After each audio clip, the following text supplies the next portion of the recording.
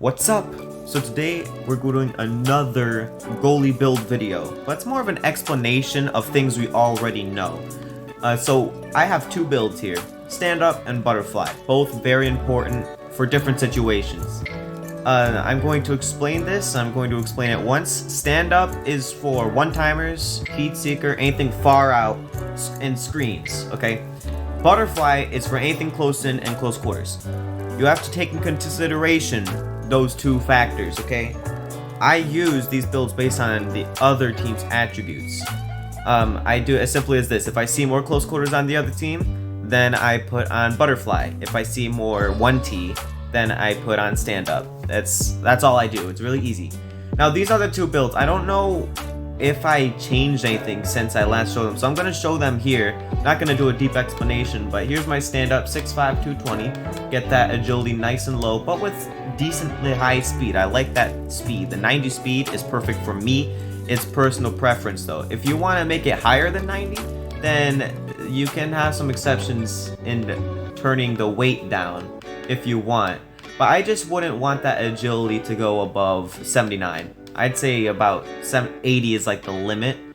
I like my agility anywhere lower than 80. Glove low, glove high, stick low, stick high, passing, and 5-hole.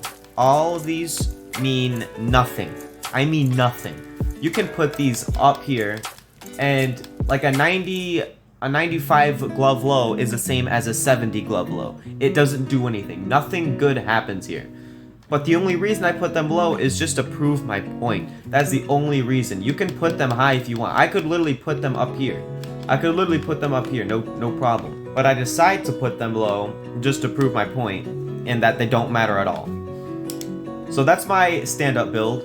If you want to have a certain attribute, I wouldn't put on any of the other attributes other than what I have. The only attributes I ever put on is butterfly effect, X-ray, and sponge. Those are the three I put on. And I put on the fly swatter on my stand-up just because it was available. And it might work in some respect. I don't think it does much, but it works in some respect because it was just available. None of these, I can't put any of these on, so might as well just fill the slot.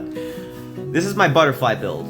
As butterfly effect, 6'5", 204 has the same exact agility and speed as the stand-up, but mind you, the speed on this feels faster than my stand-up. I don't know if it's all in my head, but it just feels faster.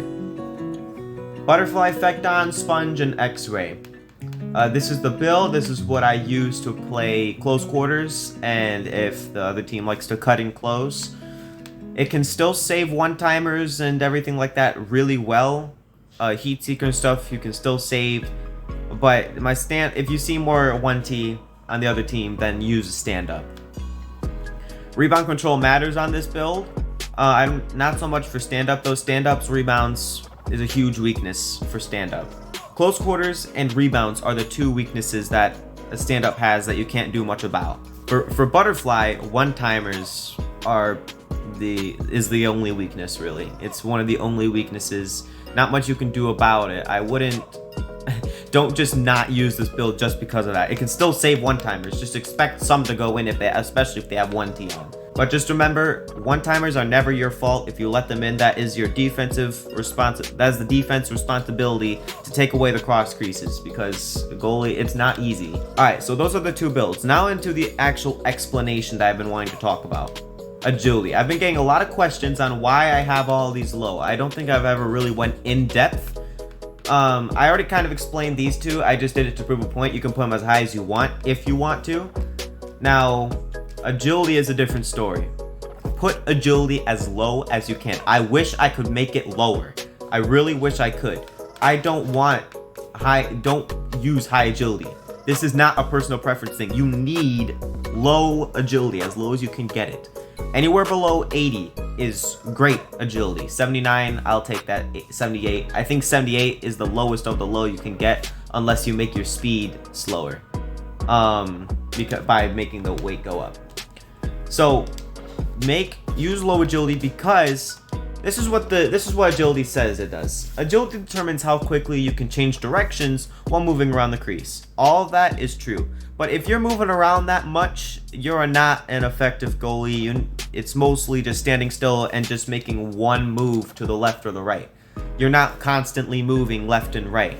I never like go left and then I go right just like that. I never do that. And it still seems to change directions really well. There's zero problems with having low agility. You actually get better reaction times. And I'm going to explain why. So, it does help with changing directions if you have high agility. Now, you don't need high agility though to be a great goalie. What it actually does is, because it has such good movements, then the animations are disrupted. Let's say you're moving and they take a shot. The computer is going to wait for you to stop moving and then it'll have an animation. So let's say you're moving and then they take a shot. You know how your goalie keeps moving in that direction and he then gets an animation really late? That's the high agility because it waits till you're done moving. With low agility, you don't have that problem. What happens is you're sliding in the wrong direction and your goalie still reaches out and makes the save. Because there's no computer and no high agility and nothing weighing it down to stop it. Nothing is stopping the agility, or nothing is stopping the animation from being quick. So that's my best explanation. It is kind of weird, a weird little quirk, but it does work, okay? Now these are the two builds, that's my explanation. I'll see you guys next time. Let me know if you have any more questions. I'm probably not gonna make another video unless I find out a really, really good build other than these two. So I'll see you guys next time. Feel free to comment any questions. I'll answer. I see all the comments. I read all the comments. If I don't reply or anything, just trust that I did read it, okay? I'll see you guys next time. Goodbye.